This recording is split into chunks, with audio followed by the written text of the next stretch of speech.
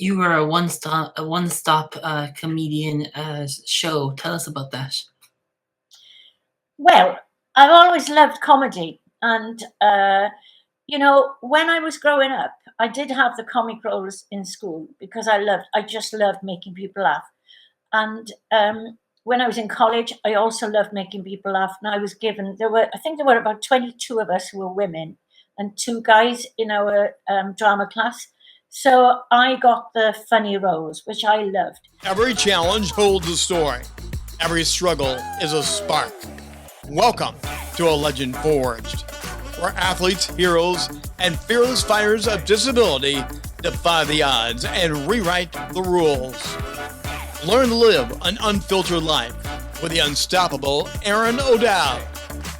A Legend Forged begins now. Coming up today on the Legend Forged show, Aron O'Dowd sits down with Gwenno Dafydd. She's been a professional performer, broadcaster, and writer since 1980. After she's completed a master's degree in social science in 1996, she embarked on a parallel career as an equity and diversity expert and then moved into leadership and public speaking coaching in 2008. She's worked internationally through Zoom and in person. As we join the conversation, Aron is asking about her love of running, even though she struggles with chronic pain. Here now is Aron O'Dowd. You've run marathons, Gwenno. You have a different ability and a disability. Tell us about it. Well, you say I've run marathons. I've actually run one marathon. I've run many half marathons, and I ran my first marathon in Cardiff, and I did extremely well. I was the 7th woman, and I thought, oh, I've done this without really training. So the next year, I trained really hard, and I used to go running very regularly with somebody who was called the Marathon Man, and I used to go training with him, and I was on track to be in the first 3 so I could get my Welsh vest as a runner. And unfortunately, I was involved in a 4-vehicle pileup. A removal van went into a car, which went into my van, which went into another vehicle. And that was the end of my long distance running, more or less. I suffered a severe whiplash. And basically, that was back in 1985. I recovered sufficiently to go back running slowly, not far, but I did get back to recover, and I climbed Snowdon when I was pregnant with my daughter. And then there was another car accident. And basically, that was the thing that put me into a situation where I now have to deal with chronic pain every single day of my life. And that was back in 1988. What do you love to do in life, Gwenno? So what I love to do, I love to do stand-up comedy. I love to go swimming in cold water. I love chocolate cake. I love traveling. I love speaking languages. I speak 5. What? What else do I do? Is that enough? I think that's enough. Gee, 5 languages. I can barely master Spanish and English. Gee, me gusta mucho hablar en español. Oh, qué lengua hermosa. I love it. Wow. Incredible, you talk about what I can do and what I can't do. Where did that mindset come from? Well, again, I grew up being an athlete.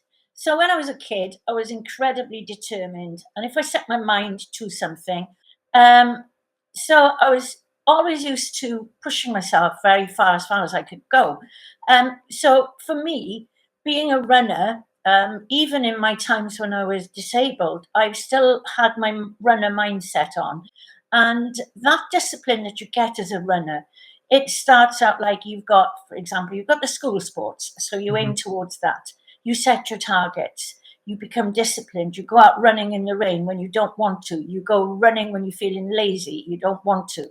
So all of that was really inbred in me at a very young age. And I was doing the long jump one day because I used to do every single activity in the school sports. And I did the long jump, and the sand was hard, and I fell really badly and hurt my back. So that was 17. When I was 18, I actually went to college to become a physical education teacher, but had to change direction after a term because basically I had a condition called chondromalacia patella.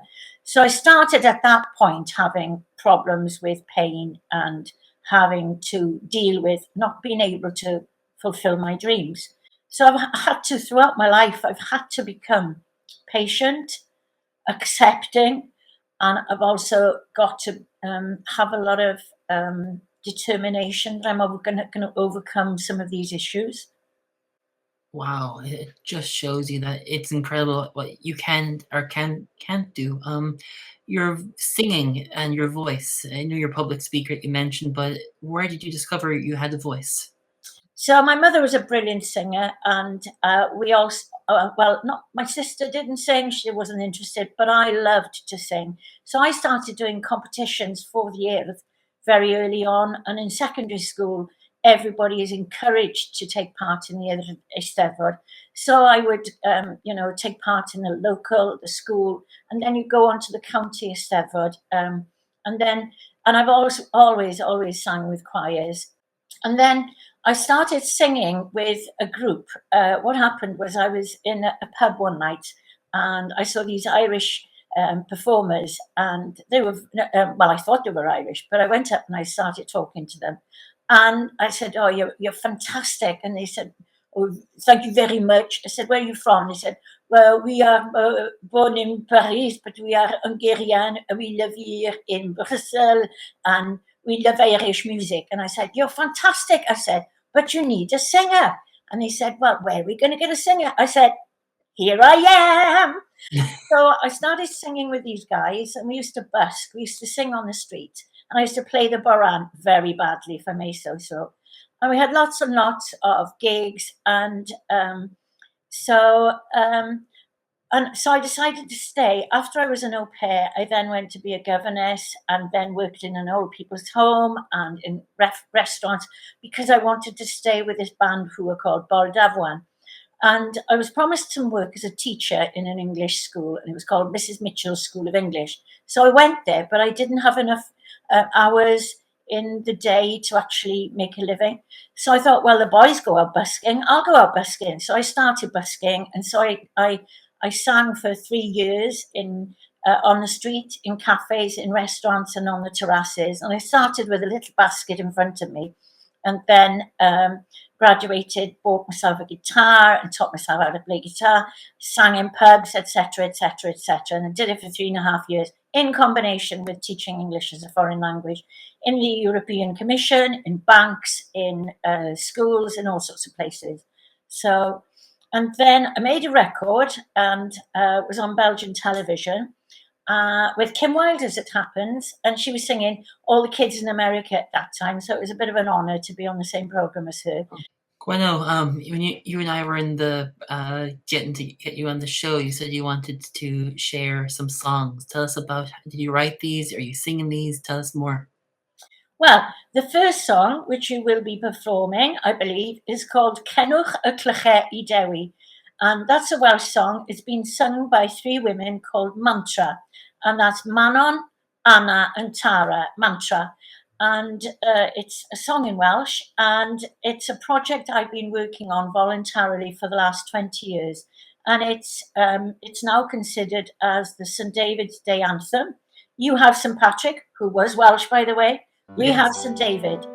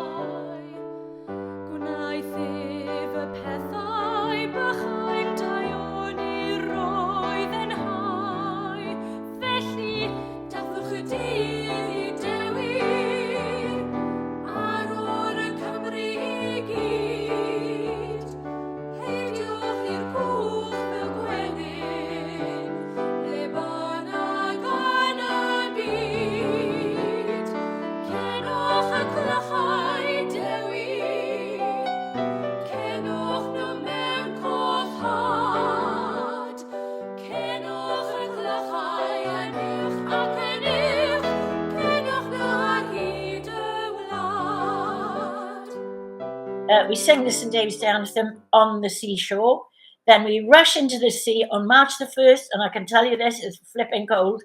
You go in there and you sing Calon Lan, Sosban Fach, and the Welsh national anthem, and you rush back out, and then you have a little picnic on the beach.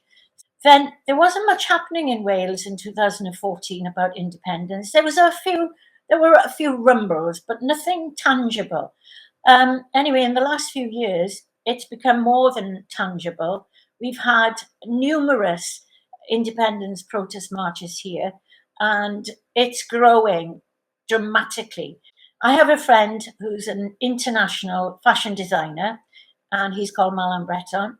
And he was going through a challenging time in his life, and he put a notice up on Facebook saying, calling out for an angel, or I need an angel. I can't remember what he said anyway.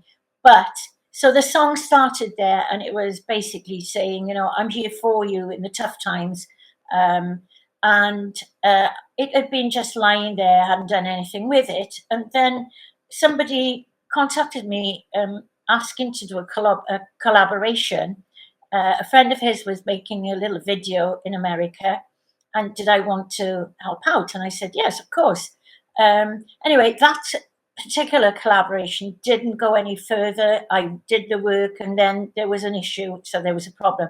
But I actually then thought this person, Jeff Levin, is extremely well known. He writes music for films in Hollywood and has been around for a very long time. So he wrote the music and I wrote the words, and it's called Call Out for an Angel.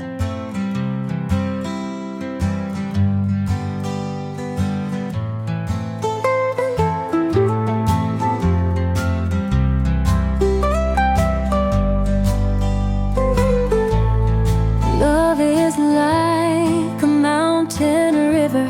You can't stop it flowing down. Once you love, it lasts forever. Nothing makes it turn around. I'm still there when you're frightened. I'm still there when you are sad. I'm still there when you're lonely. I'm still there when times get bad. When you called out for an angel, I just knew you'd call my name. When you called out for an angel, both our lives forever changed.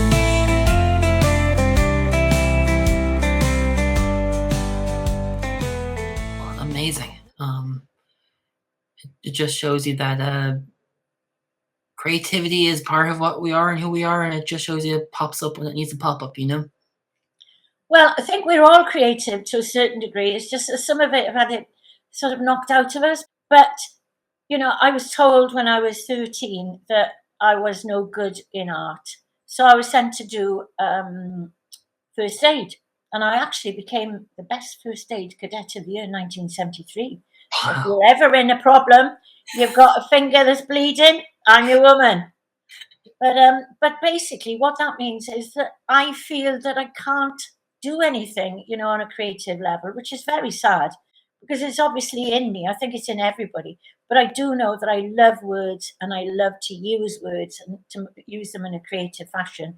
And I think I've written about, I don't know, something like 120 lyrics, which is nothing like Jeff Levin because he's written in the thousands. But the thing is, he's been able to make a living out of it, whereas I just do it because I love to do it. And I focused on some of those song lyrics, and they've had success. Now, if I was able to spend more time on them and I had better contacts, who knows what might happen to them.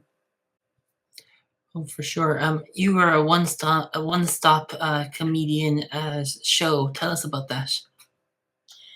Well, I've always loved comedy. And, when I was growing up, I did have the comic roles in school because I just loved making people laugh.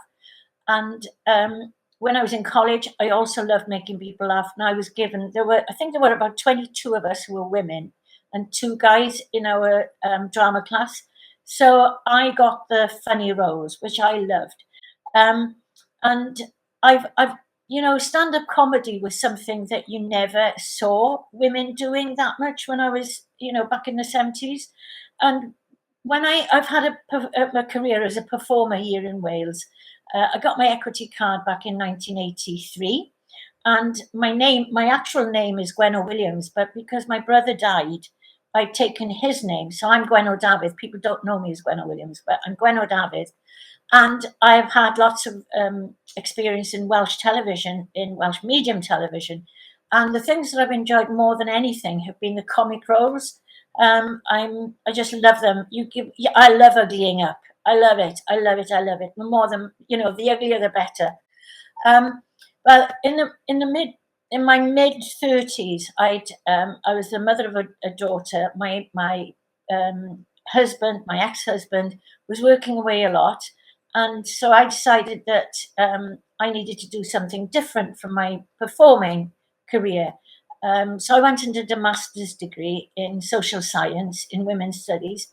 And as part of that, I had to do a thesis in looking at a part of life, working life, that women were few and far between in. And because I love comedy, and we're now talking about the 90s, and women were starting to fritter through slowly, I thought I'll do a study of women in stand-up comedy. So I did the thesis, and I had a lot of, kudos for it. Lots of people saying, "Oh, you should write a book about this." I shouldn't have listened, because it took me 20 years, right? But it did take me 20 years. I did manage to get it. But by the time I finished, I had included 92 interviews of not just women, but men working in the comedy industry throughout the world. And I had some amazing scoops, like I spoke to Joan Rivers, Amy Schumer. And so what I was trying to do was to try and find out what the barriers were. What were the barriers stopping women from progressing in this environment, which is recognized as a very male-dominated industry? It still is. It's still only 10 to 15% female. So, but looking at any sort of industry, you could take what I found and transfer it to broadcasting, to banking, to agriculture, to politics, to industry, anything. The barrier, the glass ceiling is exactly the same for everybody, and those are invisible barriers, which, because they're invisible, people don't recognize them. But I analyzed and found out what they were. And then, so that created a sort of a passion within me for stand-up comedy. And I started doing stand-up comedy, and I was potching about with it for a while. And then last year I thought, I'm going to do this properly. Went up to London, did this amazing course with somebody called Declan Moreau. At the end of the week-long course, we all had to do an 8-minute slot in front of 75 people. I did it. I loved it. Did well. And since then, I've done, about 11 gigs. What stand-up comedy is, it's about talking about your own truth, about your own life. So I've got plenty of things to talk about. I'm a 68-year-old divorced woman. That's not easy. I live with chronic pain. I have one functional eye. So I stopped doing any of the projects I didn't like to do. I thought, from now on, I'm just going to do the things that make me happy. So I thought, well, you've got a one-woman show about the French singer Edith Piaf. Get cracking. So I did, and put together all the photographs and everything, and blah, blah. I put together a package, went up to, managed to get a gig in this place called, Zedell's Bar off Piccadilly. And got myself a gig there, sold out, standing ovation, two encores, brilliant, going really well, fantastic. Had loads of gigs in South Wales, was going fantastically well, and then COVID came, and then everything fell apart. Why is diversity so important? Why is it important? Why diversity? Yes, actually, I can tell you why diversity. Because I'm a very lapsed Christian, okay? And So I used to go to chapel every Sunday, and Jesus Christ was, as far as I'm concerned, he was the first equal opportunity officer in this entire world. And he treated everybody the same, whether you were rich, you were poor, you were a prostitute, whether you were anybody. He treated everybody equally. So that came from there. It made me think, we're all human beings. Our blood is red. I've given blood since I was 18. They won't take it anymore because, I'm on blood thinners. But I did give because I thought our blood is red. We're human beings. We have every single right to be present and to have as many opportunities in this world as we potentially can have. For definite, for sure. And what is the dream you would like to see happen over your lifetime? I live the dream. I'm in a very good place, I do things that are very, very important for me. I take part in civil rights movements that are important to me. I vehemently oppose Trump and everything he's doing to this world. I try and be supportive to people from Ukraine. Human rights are central to who I am. I have enough material possessions. I have a mother who is still alive and well. I have a good relationship with her. I go and visit her on a regular basis and care for her, go out and have coffee and cake. What more do I need? I have great friends. My daughter is doing well in her life. It's all good.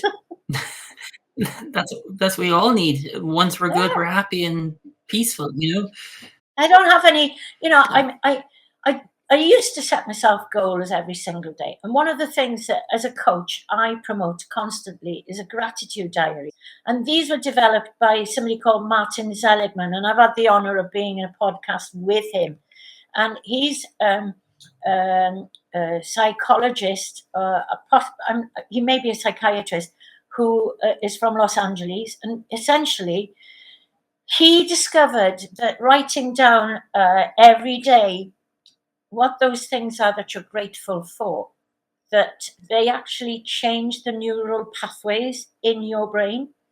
So it's very important that you write them down, because that bodily connection, and that you write them down last thing at night, because when you do that, what happens is that the brain focuses on those issues rather than things that you're worried about or that you're concerned about. He noticed that people who had depression, when they started doing their gratitude diaries, the depression actually abated.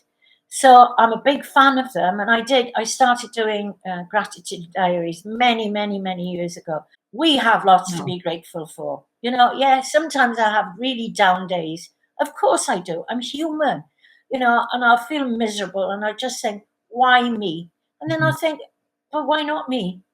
Maybe I had a lesson to learn. Maybe because I was so physically fit and so physically active when I was a kid, maybe my lesson in life was to come here and find out about disability, about the fact that I couldn't do these things. Maybe that was my life's journey.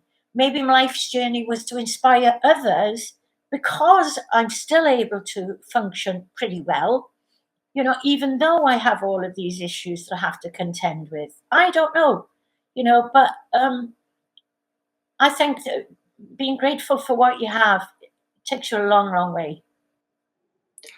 For definite. What is the legacy you'd like to leave behind you, Gwenno? My legacy?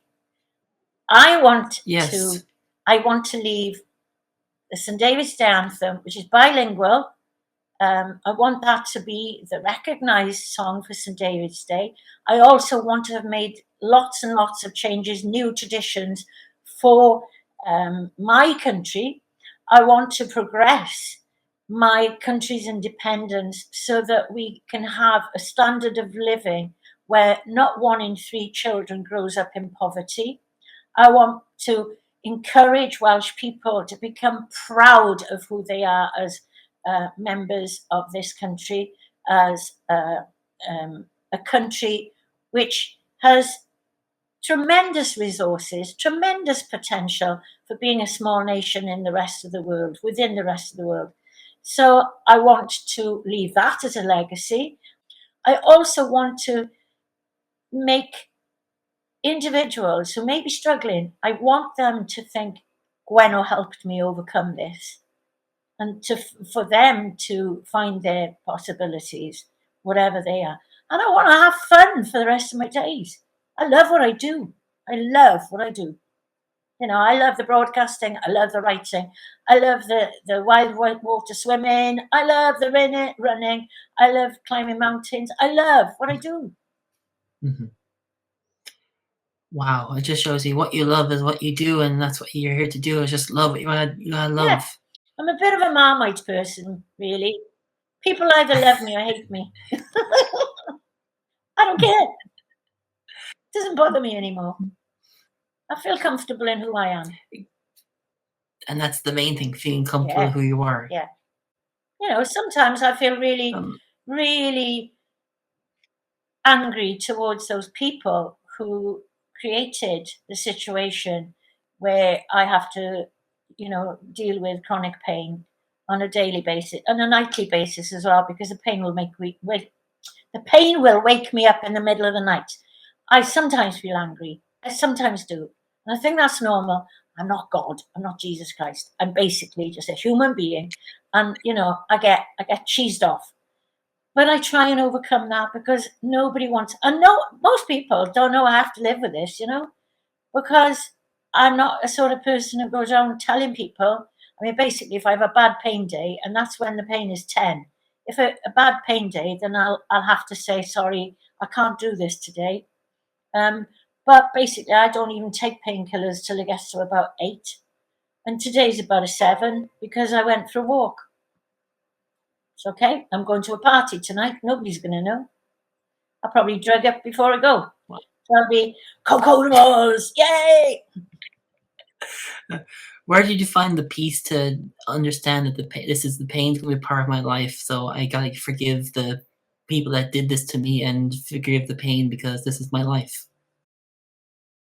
Well, what's the point of holding a grudge against them? There's no point, because you hold the grudge. I'm not holding anybody's grudge for anybody. No, because I have to contend with chronic pain.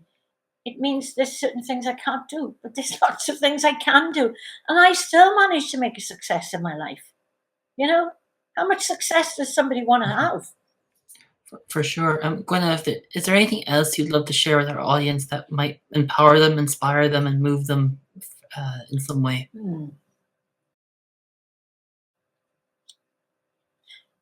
Yeah, do something nice to people without them expecting it. Do something kind, because as far as I'm concerned, kindness is what makes us uniquely human, and kindness is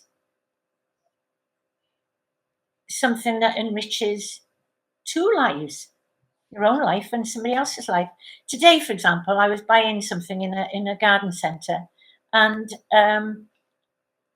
somebody did a kind deed for me, and it was very helpful. And I'm always trying to be kind to people and not expecting anything back in return.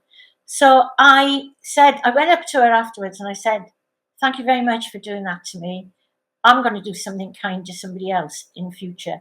So what I'd like to do really is, I would encourage everybody to go out and do something kind and unexpected, be that buy a homeless person a cup of coffee, buy them a sandwich, or open the door for somebody not expecting it, whatever, carry some boxes for somebody, knock on the door of somebody who lives on the corner, make sure that they're all right. Do that, and then ask them to do something kind for someone else. So that way, it just builds and builds and builds. So yeah, that's what I'd like people to do. Do something kind for someone today. Do it every day. That's it, yeah. Gwenno, where can people find you if they want to support you, help you, or get your message? It's me and my Welsh vest. Okay. I have a link tree, And on my link tree, I think that's the best contact, really, because my link tree has everything about the television stuff I do, the broadcasting, the all the quotes from people that I've worked with as a public speaking coach or as a leadership coach. There's podcasts that I've done there, my website in Welsh, my website in English. You've also got links there to the songs that I sell. So Linktree, and then, but if you want to get hold of me, I'm on Facebook as well. So I do a lot of coaching online. I work with people throughout the world. I love coaching. I absolutely love it. And with public speaking coaching, I can guarantee to transform people in one session. If not, they'll get their money back. That's going to do it for this edition of A Legend Forge Show with Aron O'Dowd. Special thanks again for Gwenno Dafydd for being a part of the conversation and sharing her story of working through her chronic pain to have a lasting impact in others' lives. Come back next week for another A Legend Forge Show with Aron O'Dowd and learn more about what other people are doing to overcome their disabilities and make an impact in the world.